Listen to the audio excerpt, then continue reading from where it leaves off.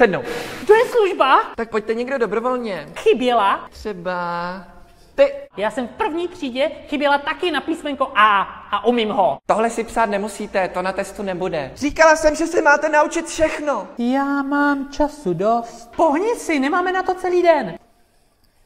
Řekni to nahlas, ať se taky pobavíme. Vracek, kde máš přezůvky? Tady je to jak v opičárně, otevřete někdo okno. Ty si sem chodíš jak chceš, škola není žádný holoubník. Měli jste na to celé prázdniny. Nějaký dobrovolník k tabuli. Takže od okna. Ne? Tak si vemte papíry. A, B. Ticho! Jestliže to nepřečtu, tak to beru jako, že to je špatně.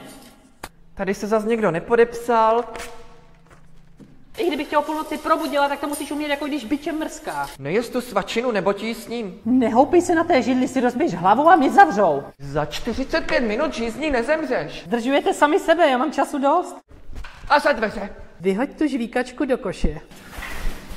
Chceš jít učit místo mě? Vy jste ta nejhorší třída, co jsem kdy měla.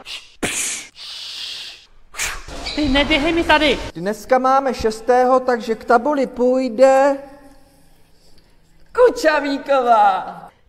Ježiš, promiň, já na tebe plivla. No leze to z tebe jak z chlupaté deky. Já vám nemusím říkat, co bude v testu. To je moje dobrá vůle. No mě nezajímá, že jsi tady nebyla. Měla jsi to sehnat přes ten váš facebok. Píšu 5. Máš se učit z hodiny na hodinu.